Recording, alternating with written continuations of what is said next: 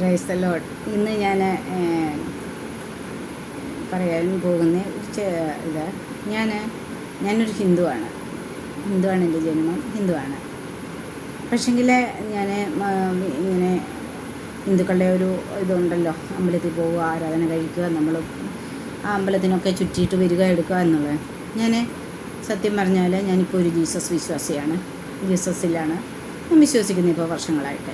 അതിന് കാരണം ഉണ്ടായിട്ടാണ് ജീസസ് വിശ്വാസി ആയത്. കാരണം നമുക്ക് ജീവിതത്തിൽ കിട്ടിയ വേദനകളിലും ഒറ്റപ്പെടലുകളിലും ഒക്കെ ഹൃദയത്തിൻ്റെ ആഴത്തിൽ എല്ലാവരും നമ്മളെ തള്ളിക്കളഞ്ഞ് നമ്മുടെ സ്നേഹത്തിനും നന്മയ്ക്കും എല്ലാത്തിനും പകരമായിട്ട് നമുക്ക് തിരിച്ചടി കിട്ടുമ്പോൾ ഇത് ബൈബിളാണ്, വിശുദ്ധ ബൈബിളാണ്. ഈ ബൈബിൾ ഇതിനകത്തിലെ വചനവും മാത്രമാണ് കാരണമാണ് ഇന്ന് ഞാൻ ജീവനോടെ ഇരിക്കുന്നത് നിങ്ങളോട് സംസാരിക്കുന്നത്. അല്ലേ എന്നേ ഞാൻ ഈ ലോകത്തു നിന്നും വിട പറഞ്ഞു പോയനേമായിരുന്നു. അപ്പം നമ്മളെ ശക്തീകരിക്കുന്നതാണ്, നമ്മളെ സഹായിക്കുന്നതാണ് ഇത്. ഞാൻ ജീസസിൻ്റെ വിശ്വാസത്തിലേക്ക് വരാൻ കാരണം ജീസസ് പഠിപ്പിച്ച Christianity is not a religion എന്നാണല്ലോ. ക്രിസ്തു എല്ലാവരെയും സ്നേഹിക്കുക ചെയ്തേ. അത് ജാതി മതഭേദം ഒന്നും ഇല്ലാതാണ്, വചനങ്ങളാണ്. എല്ലാത്തിൻ്റെയും ലോക രക്ഷിതാവായിട്ട് വന്ന യേശു ക്രിസ്തു എല്ലാവരെയും സ്നേഹിക്കുക ചെയ്തേ. യേശു ക്രിസ്തുവിൻ്റെ അടുക്കൽ ചെന്ന് ആരെയും യേശു ക്രിസ്തു തള്ളിയില്ല. അത് പാപിയായ സ്ത്രീ ചെന്നു, രക്തസ്രവമുള്ള സ്ത്രീ ചെന്നു, കുരുടൻ ചെന്നു, മുടന്തൻ ചെന്നു, അന്ധൻ ചെന്നു, പക്ഷപാതമുള്ളവർ ചെന്നു. അങ്ങനെ എല്ലാ തരത്തിലുള്ള യവനനും യഹൂദനെന്നും ഒന്നും ഭേദമില്ലാതെ യേശുക്രിസ്തു എല്ലാവരെയും സൗഖ്യമാക്കുകയാണ് ചെയ്തത്. എല്ലാവരോടും സൗമ്യനായിരുന്നു. അല്ലെങ്കിൽ നീ എൻ്റെ അടുത്ത് വരണ്ട എന്ന് യേശു പറഞ്ഞിട്ടില്ല. ആരെയും യേശു തള്ളിക്കളഞ്ഞിട്ടില്ല. മനുഷ്യരാണ് തള്ളുന്നത്. യേശു ഒരിക്കലും നല്ലത്. അവൻ്റെ അടുക്കൽ സത്യസന്ധതയോടെയും വിശ്വസ്തയോടെയും ഹൃദയം നുറുങ്ങിയവർക്ക് യഹോവ സമീപസ്ഥനാണെന്നാണ് വചനം പറയുന്നത്. നമ്മൾ നുറുങ്ങിയ ഹൃദയത്തോടെ നമ്മൾ ആഴത്തിലിരുന്ന് നമ്മുടെ രഹസ്യത്തിൽ കാണുന്ന നമ്മുടെ പിതാവിനോട് നമ്മൾ യാചിക്കുകയോ അപേക്ഷിക്കുകയും ചെയ്യുമ്പോൾ നമ്മളെ വിടുവിക്കുന്ന ഒരു ദൈവമുണ്ട്, നമുക്കുണ്ടെന്ന്. അതിൻ്റെ സാക്ഷിയാണ് ഞാൻ. എന്നോട് ആരെങ്കിലും ചോദിച്ചാൽ നിങ്ങൾ ദൈവത്തെ കണ്ടിട്ടുണ്ടോയെന്ന് ഒരാവശ്യം എന്നോട് ചർച്ചിൽ വെച്ചാണ് ഒരു കുട്ടി വചനം പറഞ്ഞപ്പോൾ ഇങ്ങനെ പറഞ്ഞു, ആരെങ്കിലും ദൈവത്തെ കണ്ടിട്ടുണ്ടോ, എത്ര പേര് ദൈവത്തെ കണ്ടിട്ടുണ്ട്? അപ്പം ഞാൻ പെട്ടെന്ന് കൈപൊക്കി. കാരണം എനിക്ക് ദൈവം ചെയ്തിട്ടുള്ള കാര്യങ്ങളും എന്നെ നടത്തിയ വിധങ്ങളും ഞാൻ നടന്ന വിധങ്ങളും പ്രതികൂലങ്ങളും പ്രതിസന്ധികളും ഇരുട്ടുകളും ഒറ്റപ്പെടലും വേദനകളും ഒക്കെ എൻ്റെ മുൻപിൽ നിന്നപ്പോഴും എന്നെ സഹായിച്ചത് ഈ വചനമാണ്. അതാണ്, അല്ലാതെ ദൈവം ഇങ്ങനെ നമ്മുടെ മുന്നേ വന്ന് നിൽക്കുമല്ല. അപ്പോൾ അതിൽ നിന്നൊക്കെ നമുക്ക് വിടുതൽ ലഭിക്കുന്നത്, നമുക്ക് വിടുതൽ തന്ന് തക്ക സമയത്ത് നമ്മളെ അവിടെ നിന്ന് രക്ഷപ്പെടുത്തുന്നത് അതാണ് ദൈവം. അത് നമ്മൾ ദൈവത്തെ കാണുന്നു അല്ലേ. ജീസസിനെ ഇതുപോലെ ക്രിസ്തു പഠിപ്പിച്ചത് സ്നേഹിക്കുക, ക്ഷമിക്കുക, കൊടുക്കുക, ഇല്ലായ്മയിൽ നിന്നും നമ്മളെ സഹായിക്കുക, എടുക്കുക എന്നുള്ളതാണ്. ആരെയും മാറ്റി നിർത്തരുത്, അതാണ്. അതുപോലെ തന്നെ ഫിലിപ്പിയറിൻ്റെ 4:4 പകരുന്നുണ്ട്, സന്തോഷിപ്പിൻ എപ്പോഴും സന്തോഷിപ്പിൻ. അപ്പം നമ്മുടെ ദുഃഖത്തിലായാലും പ്രയാസത്തിലായാലും നീ ഇത്രയും പ്രാർത്ഥിച്ചിട്ട് നിനക്ക് എന്നോ കിട്ടി, നീ പ്രാർത്ഥിക്കുമെന്ന് പറഞ്ഞ വ്യക്തികളൊക്കെ പിന്നീട് നമ്മളെ പ്രാർത്ഥനയ്ക്ക് വിരോധമായിട്ടൊക്കെ നമ്മളോട് പറയുകയും സംസാരിക്കുകയും നമ്മളെ മാറ്റി നിർത്തുകയും ചെയ്യുമ്പോൾ കഴിഞ്ഞ നാളുകളിൽ നമ്മൾ പ്രാർത്ഥിച്ച് നേടിയത് ദൈവം നമുക്ക് തന്നത്, അതിനെ നമ്മൾ ഒരിക്കലും നന്ദി കെട്ടവരായിത്തീരരുത്. സുഖത്തിലും ദുഃഖത്തിലും ഇല്ലായ്മയിലും എല്ലാം നമ്മൾ ദൈവത്തിൻ്റെ പാതവിടെ ഇരുന്നത്. ഇല്ലായ്മയിൽ ഇരിക്കുവാനും വചനം പറയുന്നു, നമുക്ക് ഉള്ളതുപോലെ ഉള്ളതുപോലെ ഇരിക്കാനും ഇല്ലാത്തപ്പോൾ ഇല്ലാത്ത പോലെ ഇരിക്കാനും ഉള്ള അവസ്ഥ ദൈവം തമ്പുരാൻ നമ്മുടെ ഉള്ളിലുണ്ടെങ്കിൽ നമുക്കത് ലഭിക്കും. അവഗണനകളെ അല്ലെങ്കിൽ ഒറ്റപ്പെടലുകളെ അല്ലെങ്കിൽ വേദനകളെ എല്ലാത്തിനും നമുക്ക് അമ്പലത്തിൽ പോയിട്ട് ഞാൻ എത്ര എനിക്ക് സങ്കടവും പ്രയാസവും കാര്യങ്ങളുണ്ടായിട്ടും അമ്പലത്തിൽ പോയിട്ട് എൻ്റെ കണ്ണ് നിറഞ്ഞിട്ടില്ല. എന്നാന്ന് ചോദിച്ചാൽ അമ്പലത്തിന് അർച്ചന കഴിക്കും, അമ്പലത്തിൽ പോയി ചുറ്റമ്പലം വെക്കും, എടുക്കും, അവിടെ തൊട്ടു ഇവിടെ തൊട്ടു അതേ തൊട്ടു നമ്മൾ പോകും, അത്രയേ ഉള്ളൂ. പക്ഷേ നമ്മൾ നമ്മുടെ പാപങ്ങളെ അവിടെ ഏറ്റു പറയുന്നില്ല. നമ്മളെല്ലാവരും പാപികളാണ്, നമുക്ക് വാക്ക് സംസാര പ്രവൃത്തിയിലെല്ലാം നമ്മൾ പാപികളാണ്. പക്ഷേ ഒരിക്കൽ പോലും നമ്മുടെ പാപങ്ങളെ അവിടെ ഏറ്റു പറയുന്നില്ല. പക്ഷെങ്കിൽ ഈ ക്രിസ്തീയ വിശ്വാസത്തിലാണ് മനസ്സിലായേ, നമ്മൾ കൊടും പാപികളാണ്. അപ്പം ദൈവസന്നിധിയിൽ ദൈവത്തിനോട് നമ്മൾ യാചിക്കുമ്പോൾ, എന്തെങ്കിലും പ്രാർത്ഥിക്കുമ്പോൾ ഇരിക്കുമ്പോൾ ആദ്യം നമ്മുടെ കുറവുകൾ, കുറ്റങ്ങളെ, പാപങ്ങളെ, ദോഷങ്ങളെ അതിനെയെല്ലാം നമ്മൾ ദൈവസന്നിധിയിൽ ഏറ്റു പറഞ്ഞ് ഉപേക്ഷിച്ച് എന്നിട്ട് നമ്മൾ പ്രാർത്ഥിപ്പിക്കുന്നു. പക്ഷേ ഹിന്ദു ഒരു ഇതിൻ്റെ അമ്പലത്തിൽ പോയിട്ട് എനിക്കത് അവിടെ ആരും നമുക്കൊന്നും പറഞ്ഞിരുന്നില്ല, നമുക്കും അറിവില്ല. അപ്പോൾ നമ്മളവിടെ ചെന്ന് അർച്ചന കഴിക്കുന്നു, അമ്പലത്തിന് വലം വെക്കുന്നു, അതെല്ലാം കഴിഞ്ഞിട്ട് നമ്മൾ ഇത് പോരുന്നു. ഇന്ന് വരെ പോലും ഞാൻ അമ്പലത്തിൽ പോയി കരഞ്ഞിട്ടില്ല എന്ന് പറഞ്ഞാൽ പ്രയാസങ്ങളുടെ വേദനകളുടെ അങ്ങേ അറ്റത്തിൽ നിൽക്കുമ്പോൾ പോലും അവിടെ പോയി എൻ്റെ കണ്ണ് നിറഞ്ഞിട്ടില്ല. പക്ഷെങ്കിൽ ഞാൻ എൻ്റെ മുറിക്കകത്തിൽ കഥ കടിച്ചിരുന്നേ ഈ ബൈബിൾ എടുത്തു വെച്ച് ഞാൻ പാട്ടും പാടി ഞാൻ പ്രാർത്ഥിക്കുമ്പോൾ ധാരധാരയായി എൻ്റെ കണ്ണിൽ നിന്നും കണ്ണുനീര് വരുന്നുണ്ട്. അപ്പോൾ അതാണ് എന്നെ ജീസസ് പഠിപ്പിച്ചത്. എന്തുവാ? ജീസസ് ആരെയും മാറ്റി നിർത്തിയിട്ടില്ല. ജീസസ് പഠിപ്പിച്ചതും എന്തുവാ? ഇന്ന് മനുഷ്യരാണ് എല്ലാവരെയും മാറ്റി നിർത്തുന്നത്. മനുഷ്യർ മുഖം നോക്കുന്നു, ജാതി നോക്കുന്നു, മതം നോക്കുന്നു, പിന്നെ മനുഷ്യർ പല കാര്യങ്ങളും നോക്കുന്നു. അവർക്ക് യോഗ്യതയുണ്ടോ? മനുഷ്യർ പലതിലും നമ്മളെ യോഗ്യതയുള്ളവരും ഇല്ലാത്തവരാക്കിയൊക്കെ മനുഷ്യർ കാണുമ്പോൾ ദൈവത്തിൻ്റെ വചനം പറയുന്നത് എന്തുവാ? എൻ്റെ മുന്നിൽ എല്ലാവരും സമന്മാരാണ്. ദൈവം മുകളിൽ നിന്ന് നോക്കിയപ്പോൾ നീതിയോടെ ബഹുകരിക്കുന്ന ആരെയും കണ്ടില്ലെന്നാണ് വചനം പറയുന്നത്. അപ്പം എല്ലാവരും ദൈവത്തിൻ്റെ സന്നിധിയിൽ സമന്മാരാണ്. ദൈവത്തിന് ഭാവഭേദമില്ല, ഭാവവ്യത്യാസമില്ല. എല്ലാവരും മരിച്ചു കഴിഞ്ഞാൽ എന്തുവാ? അസ്ഥികൂടമാകുന്നു.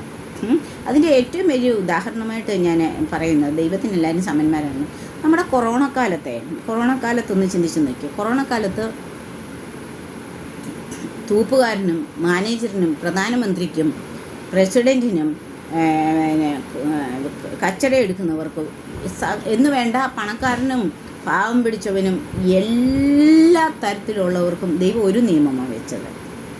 ഈ ലോകത്തിലുള്ള സകലമാന പേർക്കും ദൈവം അതിൽ കൂടെ എന്തോ പഠിക്കേണ്ടത്? എല്ലാവരുടെയും മൂക്കും വായും ദൈവം കെട്ടിച്ചു. എന്തോ വെച്ചേ? മാസ്ക് വെച്ചേ. അതിൻ്റെ അകത്ത് ഈ പ്രധാനമന്ത്രി എന്നില്ല, പ്രസിഡൻ്റ് എന്നില്ല, വലിയ ഓഫീസിലെ ജോലിക്കാരനെന്നില്ല, തൂപ്പുകാരനെന്നില്ല, മാനേജറിനില്ല, ആരുമില്ല. എല്ലാവരുടെയും ലോകത്തിലുള്ള സകല മനുഷ്യരുടെയും ഒരു ഭാവഭേദവുമില്ല, സ്ത്രീ പുരുഷ ഭാവഭേദം, ജാതിമത ഭേദമില്ല, വർഗീയ ഭേദമില്ലാതെ എല്ലാവരുടെയും ആരുടെയും പൊസിഷനും കാര്യങ്ങളും ഒന്നും നോക്കാൻ എല്ലാവരുടെയും മൂക്കും വായും കൂടെ കെട്ടിച്ചു മാസ്ക് ധരിപ്പിച്ചു വെച്ചില്ലേ ദൈവം? അതാണ് ദൈവത്തിൻ്റെ നീതി. ദൈവത്തിൻ്റെ നീതി എന്ന് പറയുന്നത് അതാണ് ദൈവത്തിൻ്റെ നീതി. ദൈവത്തിൻ്റെ മുന്നിൽ എല്ലാവരും സമന്മാരാണ്. പക്ഷെങ്കിൽ തെറ്റുകൾ ആവർത്തിച്ച് പാവവും തെറ്റുകളും മറ്റുള്ളവരെ വഞ്ചിച്ചും പറ്റിച്ചും മറ്റുള്ളവരോട് കള്ളത്തരങ്ങൾ കൊണ്ട് മറ്റുള്ളവരുടെ ജീവിതത്തെ ഇട്ട് അവർക്ക് അതിയായ വേദനകളും കാര്യങ്ങളും കൊടുത്ത് ജീവിതത്തെ ഇട്ട് പന്താടി കഴിഞ്ഞിട്ട് അവരെ ആ കുറ്റങ്ങളൊന്നും അവർ ഏറ്റു പറയുന്നില്ല. ദൈവസന്നിധിയിലും അവരാരോട് ചെയ്തു ഒന്നും ഏറ്റു പറയുന്നുമില്ല എന്നുണ്ടെങ്കിൽ അവർക്കൊരു മാനസാന്തരവും വരാൻ പോകുന്നില്ല. അവർ പ്രാർത്ഥിച്ചിട്ട് അവരുടെ കുറവുകളെ കുറ്റങ്ങളെ ഏൽപ്പിച്ച് അവർ മാനസാന്തരം വേണം.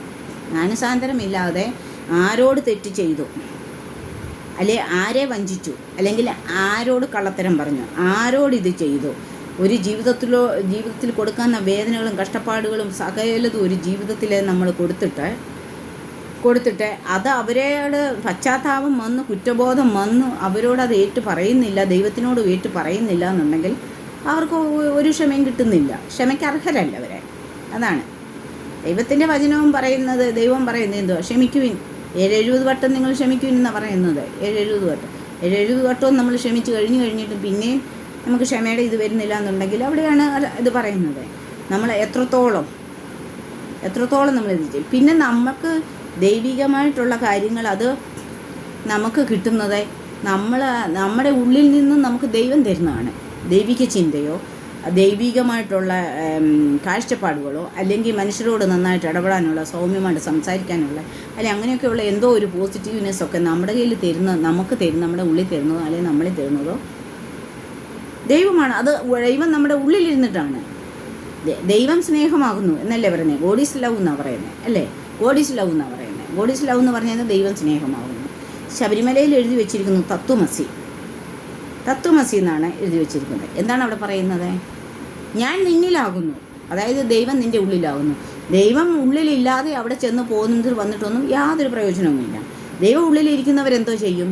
ദൈവം ഉള്ളിലിരിക്കുന്നവർ മറ്റവരെ ചതിക്കത്തില്ല, ഒരാളെ ചതിക്കത്തില്ല, വഞ്ചിക്കത്തില്ല, മറ്റുള്ളവൻ്റെ ഹിതമില്ലാത്ത, മറ്റുള്ളവരുടെ അർഹതപ്പെട്ട ഇത് ഹിതമില്ലാതെ തൻ്റെ പക്ഷത്താക്കാൻ നോക്കത്തില്ല, എടുക്കത്തില്ല. ഇതൊക്കെ ദൈവം ഉള്ളിലിരിക്കുന്നവർ ചെയ്യുന്നു.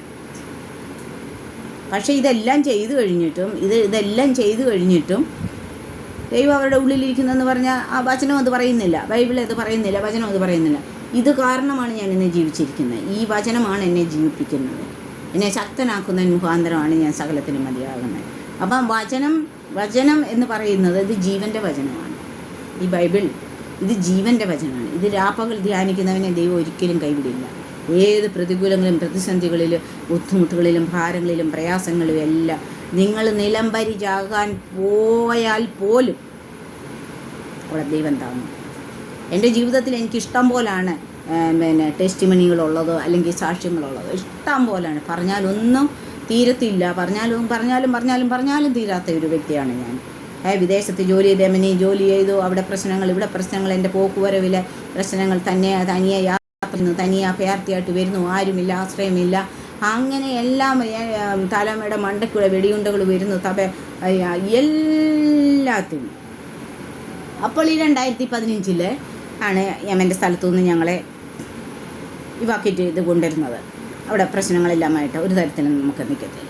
അപ്പോൾ അതിന് മുന്നേ ആണെങ്കിൽ എല്ലാവരും ഭയങ്കര കരച്ചിലാണ്. കാരണം മേളിൽ കൂടെ എയർ സ്ട്രൈക്ക്, താഴെ കൂടെ വെടിവെപ്പ് കാര്യങ്ങൾ, യമൻ മൊത്തം കത്തുന്നു. അത്രയാണ്. ഞങ്ങളവിടെ മിലിറ്ററി ഹോസ്പിറ്റലിൽ ജോലി ചെയ്യുന്നു, ഞങ്ങൾക്ക് പോയേ പറ്റും. ഞങ്ങളുടെ ഹോസ്റ്റലെല്ലാം കിടന്ന് കുലുങ്ങുന്നു, വെടിവെച്ച് അതും ഇതും കാര്യങ്ങൾ. ഞങ്ങളെ എല്ലാവരും കോറിഡോറിൽ ഒക്കെ ഇങ്ങനെ ഞങ്ങൾ കൂടി പിടിച്ചു ഇതിനെ വെടി പൊട്ടുമ്പോളെ വയ്ക്കുമ്പോൾ ഞങ്ങൾ കട്ടിലിൻ്റെ കീഴിൽ കയറും. കട്ടിലും അതിൻ്റെ കീഴിൽ കയറി കിടക്കാനെന്ന് പറഞ്ഞാൽ കട്ടിലും പൊക്കമുള്ളൂ. കട്ടിലും ആരെങ്കിലും പൊക്കിയിട്ടൊക്കെയാണ് അതിൻ്റെ കീഴിൽ ഞെങ്ങിയൊക്കെ നമ്മൾ ഇതോ കയറി. അപ്പോഴും നമ്മളെന്തോ നമ്മുടെ കുടുംബത്തിന് വേണ്ടിയിട്ടാണ്, നമ്മളെ അല്ലേ, എല്ലാവരും അതിന് വേണ്ടിയിട്ടാണ്. എങ്ങനെയെങ്കിലും മക്കളെ അല്ലെ അവരെയൊക്കെ ഒരു ഭാവി ആക്കണം, എടുക്കണം, ഇതിനൊക്കെ അല്ലേ.